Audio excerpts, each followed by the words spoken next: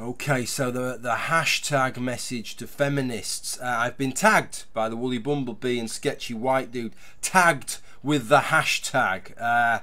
It's like, how quick language changes, doesn't it? You go back 10 years and tell somebody you've been tagged with a hashtag, and they'll probably go and tell you to see some kind of doctor who can probably freeze it and then snip it off or something like that. But I've been tagged with a hashtag message to feminists. Now, part of that hashtag is that you're supposed to give a message to feminists in one sentence, and it can be, I think, a positive, negative, critical message or what have you, a constructive message, whatever. But it's got to be just one sentence, and you're probably looking at the length of this video already and thinking, Jim, either this is one fucker of a long sentence that you've constructed here, or you're not really sticking to the rules. Well, I'm trying to stick to the rules, but what I'm doing is, using the old legal loophole thing there. So what I'm going to do is I'm going to give you my message to feminists now, which is one sentence, but then I want to discuss what goes behind it, the thinking that goes behind it, and explore on that, because it's something I find quite interesting.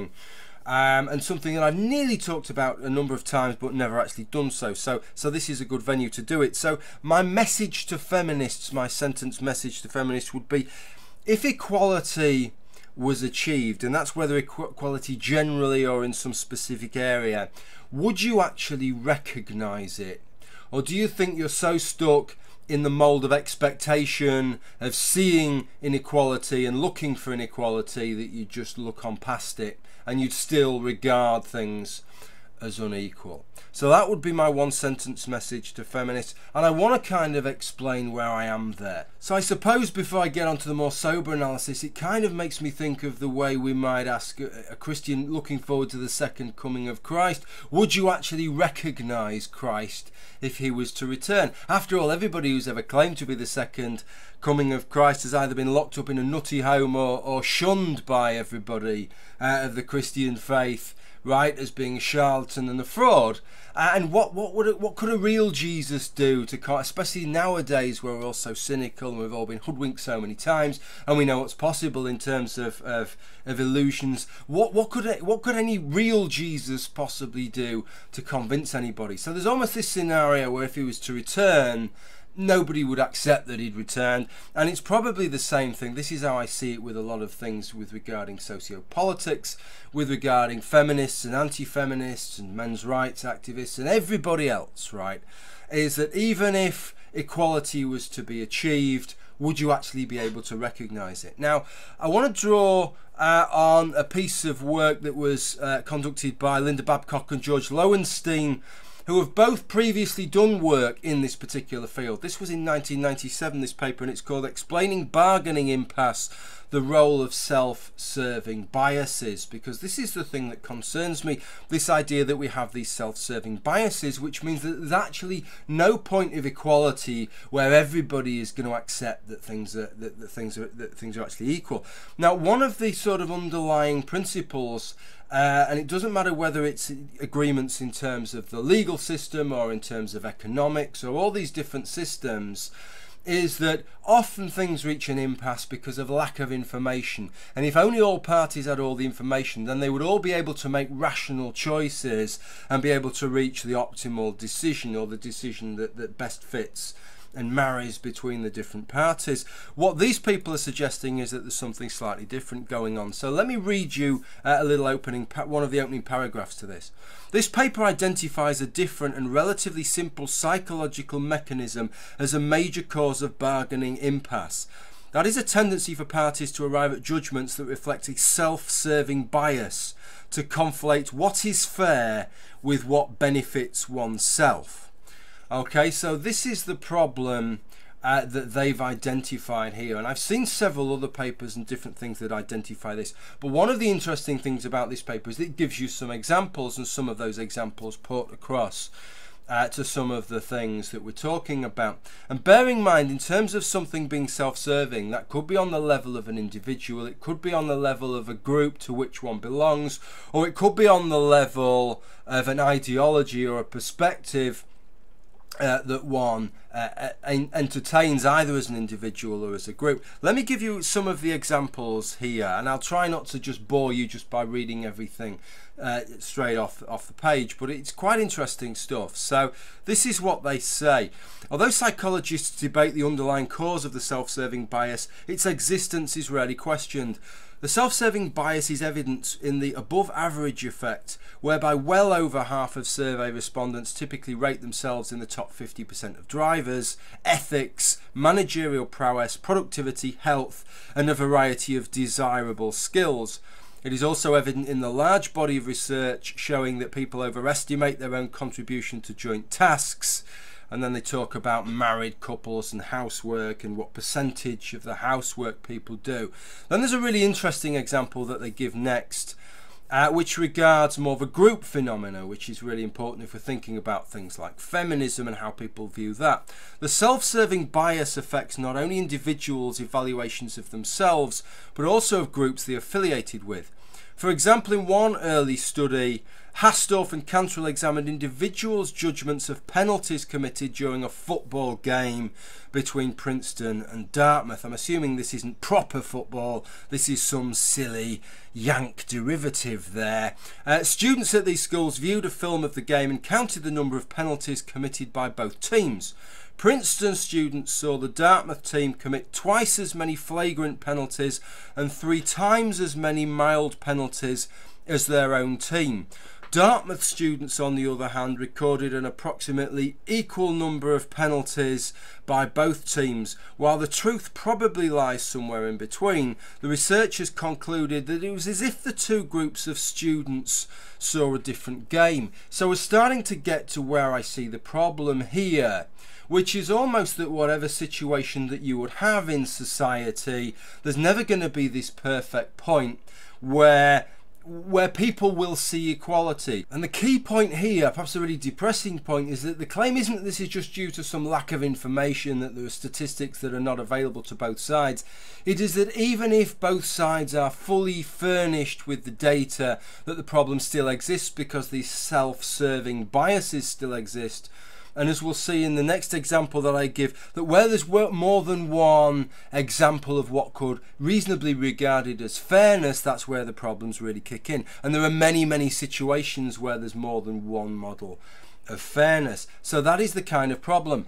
And the end result of that is, well, if I could sort of display this in a graph, I think this is how people generally tend to view it, which is this idea that effectively you've got some kind of scale, and at one end there's things that's unfair to a situation that's unfair to women, at the other end a situation that's unfair to men, and then there's this some kind of golden point in the middle, right? And if we could just find that golden sweet spot, we could stop having these fucking endless conversations, that we could move on and just get on and enjoy our lives. The problem is that I really don't see that as achievable for the kind of reasons that are being discussed here, and that actually these bars merge. And either the best situation you could have, or conceivably the worst, depending how you view it, is where nobody is happy, that both sides regard themselves as being treated badly.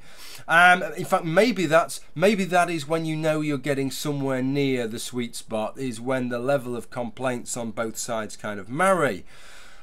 Because, well, let me give you this next example, because I think this furnishes it. So let's go back to this piece by Babcock and Lowenstein, and this one, it's a bit of research that was carried out in 1979. Let me read you what happened. So they divided subjects into 2 groups. One group was told to imagine they had worked 7 hours at a task, while another person had worked 10 hours. For the other group, the hours were reversed. It was specified that the person who worked 7 hours was paid $25. Okay, so subjects were asked how much the subject who worked 10 hours should be paid. 7-hour subjects on average thought the 10-hour subject should be paid just over $30. However, the 10-hour subjects thought that they should be paid just over $35. So the difference, which was $4.95, was cited as evidence of a self-serving bias in perceptions of fairness. Okay, so far so good. But listen to this next paragraph. This is the really interesting bit, I think. This experiment also yielded insights about the underlying cause of the bias. The perceived fair wage for the 10-hour workers was bimodal. Some people thought it was fair to pay both parties equally, regardless of hours worked. Others thought it was fair to pay both an equal hourly wage, which would mean paying the 10-hour workers approximately £35.70. So, the difference between the 7-hour and 10-hour subjects resulted from a higher fraction of 10-hour subjects who believed that an equal hourly wage was fair. Very, very interesting stuff. So this research, this is the most important sentence of all. This research suggests that self-serving assessments of fairness are likely to occur in morally ambiguous settings in which there are competing focal points, that is, settlements that could plausibly be viewed as fair. And this is the critical thing. How many of these discussions involve points where we have these competing focal points? You know, whether we're talking about issues of taxation, which is maybe getting away from it, and what's a fair way of taxing people, we have different focal points. If we're talking about issues of positive discrimination, affirmative action as it's called in the United States, we have these different focal points of fairness. To go back to the example that I just given, that Babcock and Lowenstein had just discussed, how similar is that to the wage gap? Right, because one of the major points of the wage gap as it's described in the United States, the full-time earnings wage gap, one of the major factors involved is that men tend to work more hours on average than women, and that accounts for the chunk of the percentage of that wage gap. And we have people for whom, well, it doesn't matter. As long as a wage gap exists, it really doesn't matter what the factor is. The fact is a wage gap exists, and that is unacceptable. So for them, even if the entirety of the wage gap was taken up from the fact that men on average are working more hours, that would still be unacceptable because a wage gap is unacceptable. And then there are others who would say, well, there may be some factors for which a wage gap is unacceptable, but if you're both getting paid the same hourly wage and you just happen to work more hours, well, then that's a perfectly fair scenario. So clearly, right from the outset, it isn't a lack of information here. Even if everybody has all the information available to them, depressingly, we're still never going to find this point of equality. And tack on to that the fact that life is not one-dimensional and easily accessible, but it's very convoluted, it's very complicated, and social systems are very, very complicated, such that in even just one system you can have situations where you can look at different aspects of that system and see inequalities running in different directions.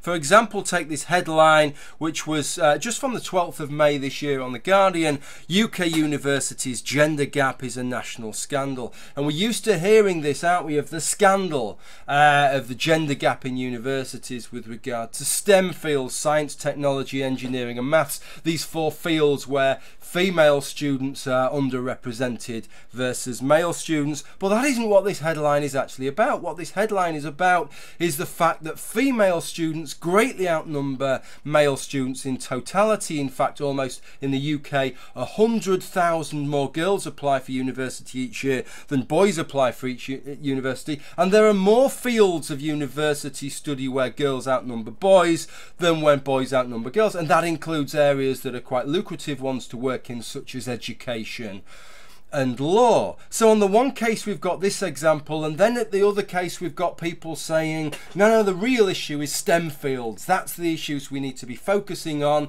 because that's the issues where women are getting a raw deal. So what you have is both sides that in some ways can legitimately make a claim.